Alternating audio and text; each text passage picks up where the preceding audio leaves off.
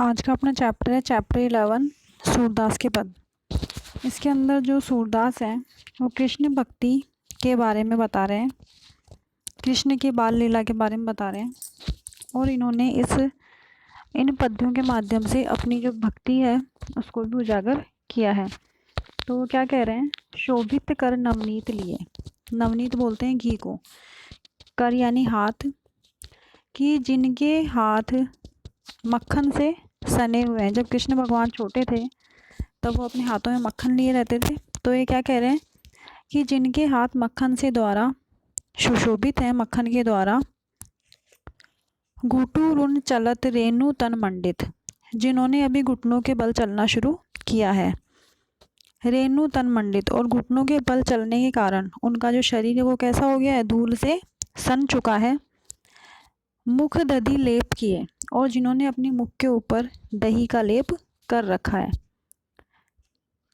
चारु कपोल लोल लोचन, गोरोचन तिलक लिए।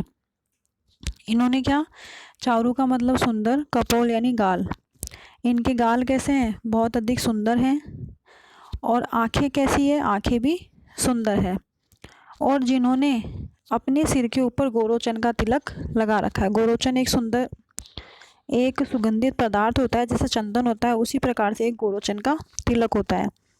और आगे क्या कह रहे हैं, लट लटकनी मनु मत मधुप, कि इनके मुख के ऊपर जो घुंघराले बाल हैं। लट लटकनी मतलब लट यानी बाल, लटकनी यानी घुंघराले। इनके बालों की हालत कैसी है, घुंघराले हैं। तो ये कैसे लग रहे हैं, मनु यानी मानो। ये घुंघराले बाल इनके गालों के ऊपर कैसे लग रहे हैं, जैसे कि कोई भंवरा फूलों के ऊपर मंडरा रहा है।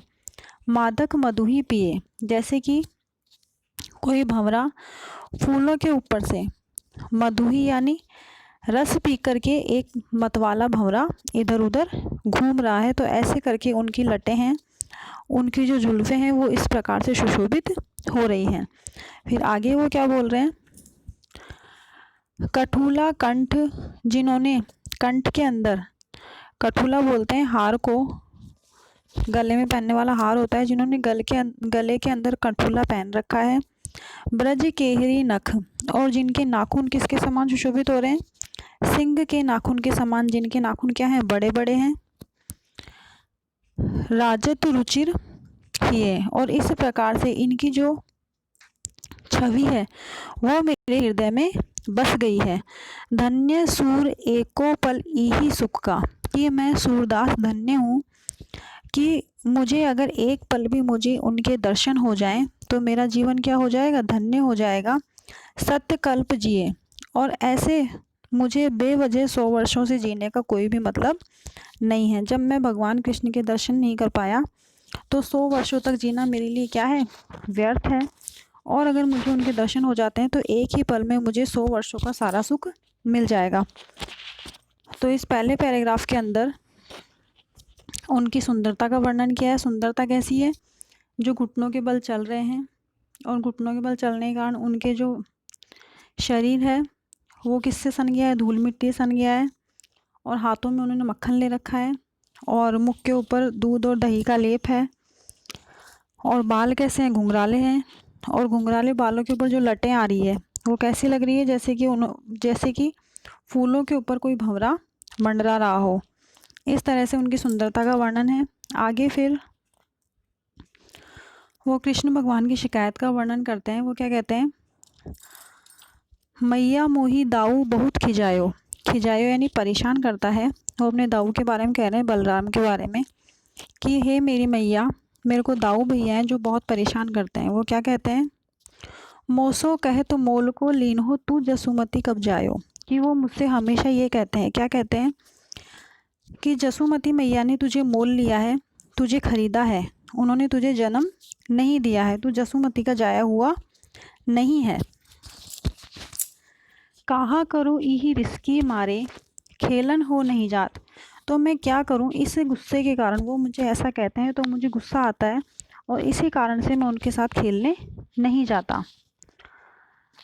पुनी पुनी कहत कौन है माता, कौन है तेरो तात।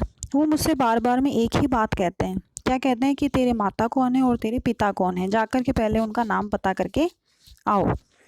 फिर आगे वो क्या कहते हैं, गोरे नंद जसोदा गोरी तू कत श्याम शरीर, कि नंद बाबा भी कैसे हैं, गोरे हैं, और माता भी कैसी है, गोरी है, लेकिन तेरा शरीर कैसा है, काला है, इसलिए तू उनका जाया हुआ नहीं है।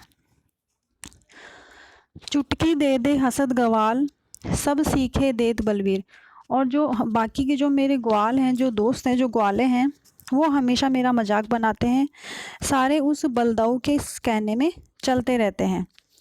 तू मोही को मारन सीखी दाहू कबहू ने खींचे। अब जसोमती माता है वो कृष्ण भगवान की चोरियों से परेशान हो जाती है, माखन चोरी से, तो वो उनको मारने के लिए पीछे पीछे दौड़ती है। तब आगे वो क्या कहते हैं कि तूने मुझे मारना सीख लिया है, तो दाहू, जो दाऊ है वो मुझे परेशान क्यों नहीं करेंगे। मोहन मुख रिसकी ये बातें जसुमती सुनी सुनी रीझे, अपने मोहन, मोहन यानी सुंदर रूप वाला, और कृष्ण भगवान को बोला है, अपने कृष्ण के मुख से ये प्यारी प्यारी बातें सुन कर के जो जसुमती मैया है उनको उनके ऊपर प्यार उमड़ आता है। तो वो क्या कहती है, सुनहु कान्ह बलभद्र चबाई, चबाई यानी चुगलखोर, वो बोलती है सुनो मेरे कान्हा, जो तुम्हारे बलदाऊ हैं वो क्या है, चुगलखोर हैं, उन्हें केवल चुगली करना आता है। जनमत को ही धूत, और वो जन्म से ही क्या है, धूर्त है, बहुत ज़्यादा चालाक है।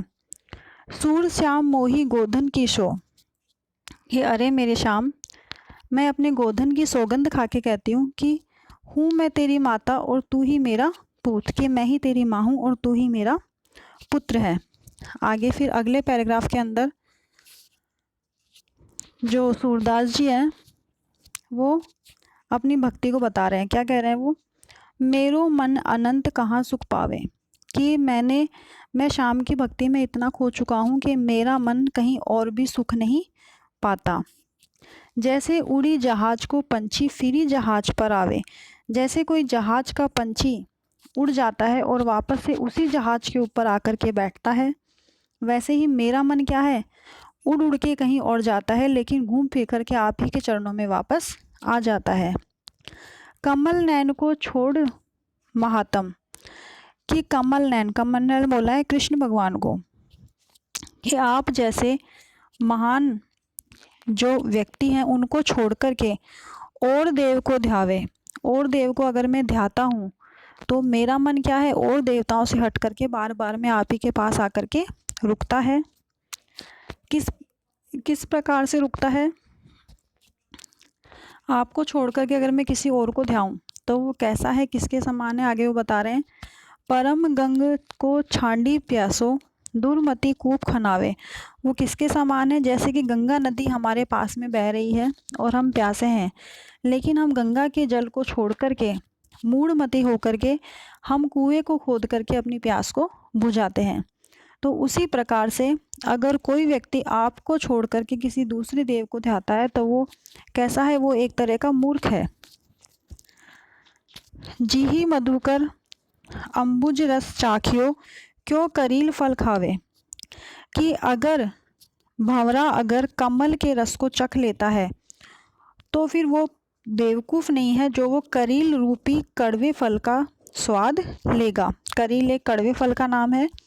तो उन्होंने क्या कहा है कि भंवरा अगर मीठे फल का रस चख लेगा, अगर उसको कमल का स्वाद आ जाएगा, तब वो पागल नहीं है जो वो करील रूपी फल के पास में जाएगा। उसी प्रकार मैंने आपकी भक्ति का स्वाद चख रखा है, तो मैं मूर्ख नहीं हूँ जो मैं किसी और देवता को ध्याऊंगा। सूरदास प्रभु कामधेनु तजी, वो कैसे मूर्ख के समान है अगर कोई व्यक्ति ऐसा करता है, तो जिसके पास कामधेनु गाय है लेकिन वो कामधेनु गाय को छोड़ कर के छेरी कौन दुहावे, बकरी के दूध को दोहता है, तो वो क्या है, बेवकूफ़ है। इस तरह से अपना ये पाठ है, इसका भावार्थ पूरा होता है। आपको ये भावार्थ अपनी कॉपी में करना है। प्रश्न उत्तर अपन अगले वीडियो में करेंगे।